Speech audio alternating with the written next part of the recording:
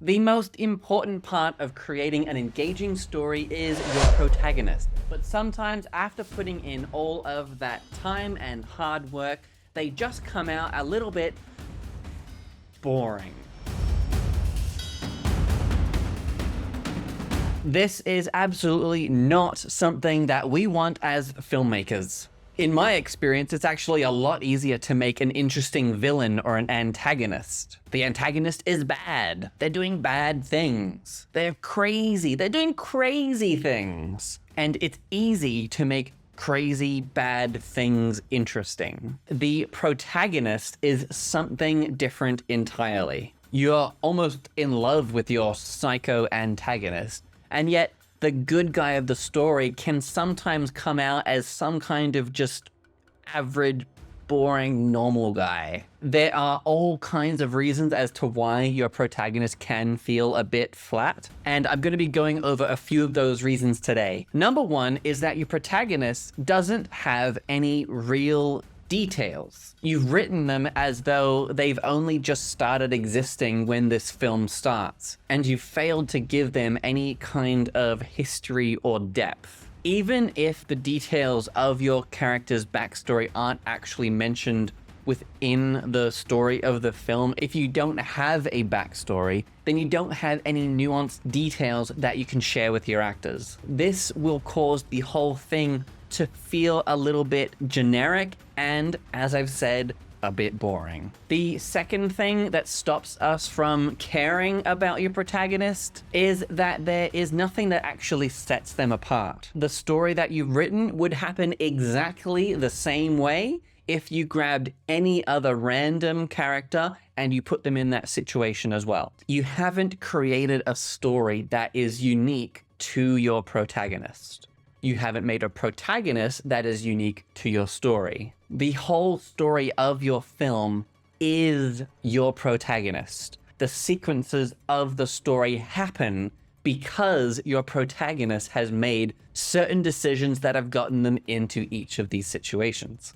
The actions of your protagonist are what decide every little thing that happened in your film. The Hunger Games features Katniss Everdeen as our protagonist with her various skills. If somehow the film featured some kind of tech gadget expert, then all of a sudden the entire film would be very different. Instead of focusing on Katniss's empathetic and caring nature, it would feature a totally different set of events. And essentially, it would just be a completely different movie. Number three is that your protagonist is a bit of a pushover. Another way of putting this is that your protagonist is a bit more reactive instead of proactive. Your whole story might be falling flat because your protagonist isn't actually making any of their own decisions toward what is happening. Maybe they are being dragged around or forced into these things by another character. And if this is the case, then it kind of comes back to tip two a little bit, because this story isn't actually about your protagonist, and the sequences in this film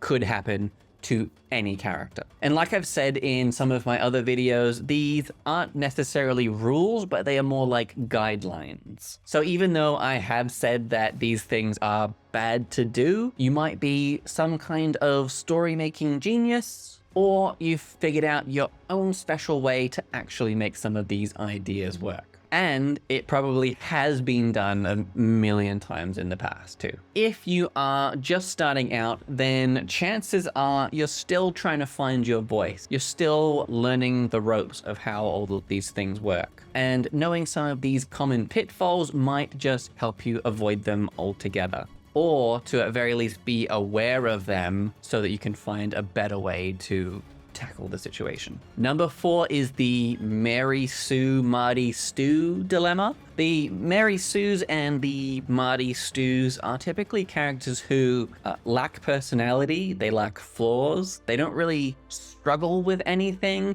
and are usually incredibly attractive and powerful. Basically, these characters are perfect. The first one that pops into my mind for this example is Superman. Yes, I know he has weaknesses like kryptonite and his other weaknesses, which would be protecting the innocent and his loved ones and that kind of thing. I personally have never been able to get excited about Superman as a protagonist because of how powerful he is. It's hard to really feel like the stakes are very high because he's pretty much invincible, except for when the bad guys use kryptonite. But then you have to start giving every single bad guy access to kryptonite, and then it becomes like the Smallville TV show where every single episode has another bad guy using kryptonite in some new way. And it's like, where are all these guys getting kryptonite from? Is it just, are they selling it at like the petrol station on the way to this town? And then they start using it in all kinds of goofy ways. I mean, you know, they're putting into guns and chewing gum and umbrellas and underwear. Like,